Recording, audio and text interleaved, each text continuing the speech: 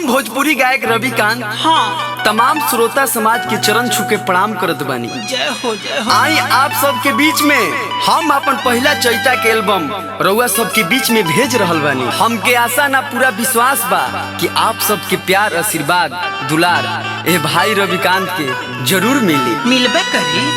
उहे हमर गीत के लेखक बानी जेकर लेखनी चलल बा बबुआ के बाहो राकेश सूर्यवंशी भैया। चलबे करी। आए बबुआ हाँ उहे हमर पुरानका आर्यन स्टूडियो आरा में स्टूडियो के मालिक सुनील चाचा जी भी बैठल बानी। अच्छा। आ उहे म्यूजिक डायरेक्टर बबुआ जेकर के आज के हाला बा जान तरह के हो लालमन निषाद भैया भी बानी।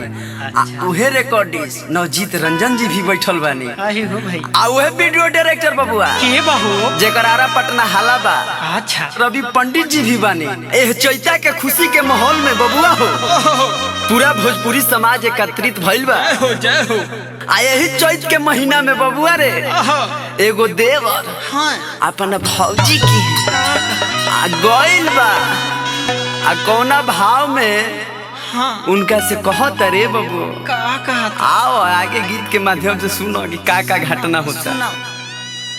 चैत में देवरा खटनी करावे चापी चापी के कोरावा में आवा ये भौजी और चापी चापी के कोरावा में और चापी चापी के कोरावा में लागी कहियो ठोक दी किली सिल तोड़ दी भोरावा में।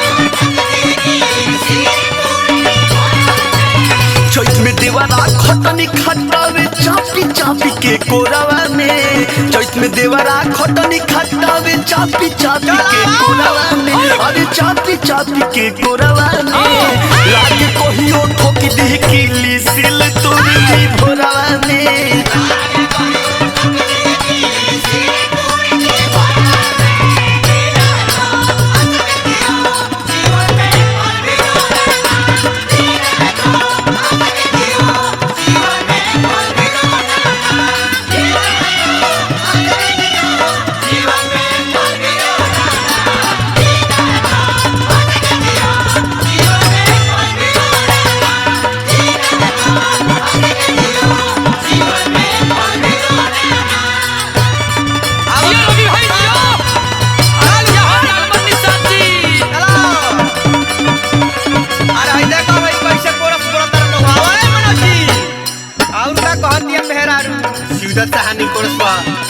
रही घरे अकेल लागे कदी ही खेल कहे ए भौजी जरिया तू आवा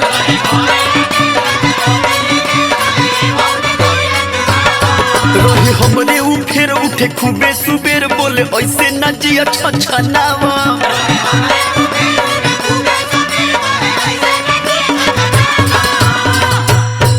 रही घरे अकेल लागे कदी ही खेल कहे ए भौजी जरिया तू आवा रहे हमरे उ फेर खूबे उठे सुबेर बोले ऐसे न जिया छछनावा और लागे की सटा दिया अपन ठोरवा हमारा ठोरवा में लागे की सटा दिया अपन ठोरवा हमारा ठोरवा में अरे ठोरवा हमारा ठोरवा में लागे कहियो ठोक दी किली सिल तोड़ दी भोरवा में।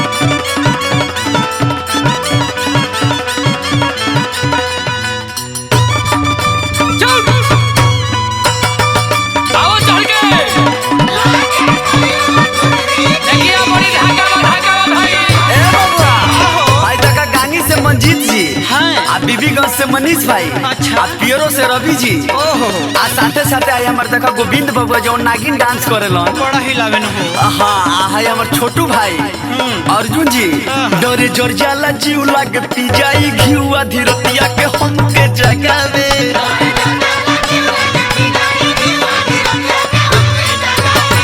देखे रतिया के सीन जौन होला रंगीन या के सुतलों में कुंडी बजावे। ए बबुआ कभी आजम छोड़ा गोरे जर जाला जीव लग पी जाई घिउआ धीरतिया के हमके जगावे। देखे रतिया के सीन जौन होला रंगीन या के सुतलों में कुंडी बजावे। देवरा होई रबिया के राकेश कही दी का फोनवा पे।